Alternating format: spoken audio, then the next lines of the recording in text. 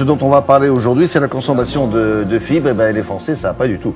Ils consomment très peu de fibres, pas assez en tout cas. Qu'est-ce qu'on appelle les fibres d'abord pour commencer? Alors, les fibres alimentaires, ce sont des substances que l'on trouve dans les végétaux qui ne sont ni digérées ni absorbées par l'intestin grêle.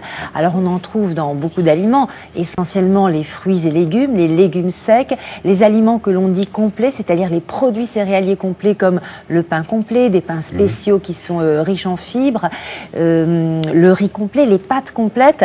Alors pour avoir une petite idée, quand on mange par exemple 100 grammes de pain de seigle, on va manger presque 6 grammes de fibres. Si on mange 100 grammes de baguette, c'est moitié moins. Si on mange par exemple 100 grammes de pâtes complètes, on va manger environ 3,7 grammes de fibres, moitié moins si on mange 100 grammes de pâtes habituelles. Ah, donc il y en a beaucoup plus dans les aliments complets parce que les autres aliments, ceux qui ne sont pas complets, sont faits à partir de farines qui sont très raffinées. Mais ils se sont interrogés pourquoi les Français boudent ce type de produit, non?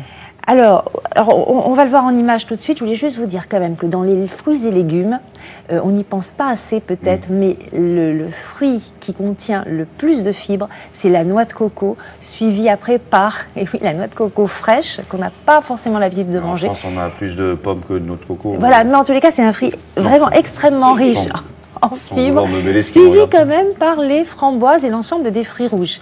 Voilà. Et pour les légumes, on a l'artichaut et l'avocat qui sont très très riches en fibres. Alors donc, effectivement, nous allons essayer de savoir pourquoi les Français ne mangent pas assez de fibres et surtout quelles sont les implications sur la santé, parce qu'il y en a.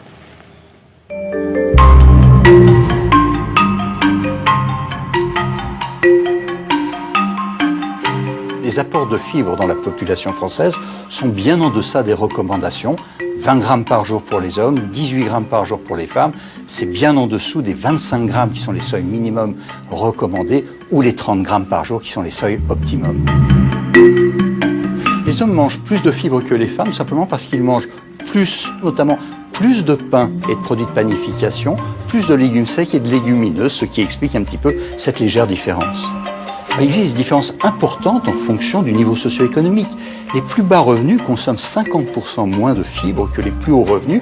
Et ceci s'explique tout simplement parce que acheter des fruits et légumes est souvent plus difficile pour les populations de bas revenus que pour ceux qui sont les plus favorisés.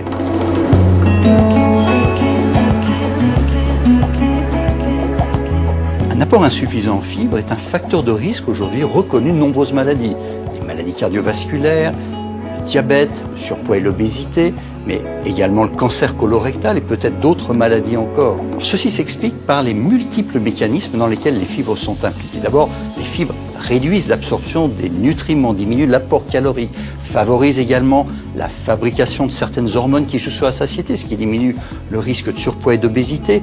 Enfin, les fibres vont réguler le cholestérol dans le sang, maîtriser la glycémie, le taux de sucre dans le sang, réduire les pics d'insuline qui favorisent le diabète, l'obésité et les maladies cardiovasculaires.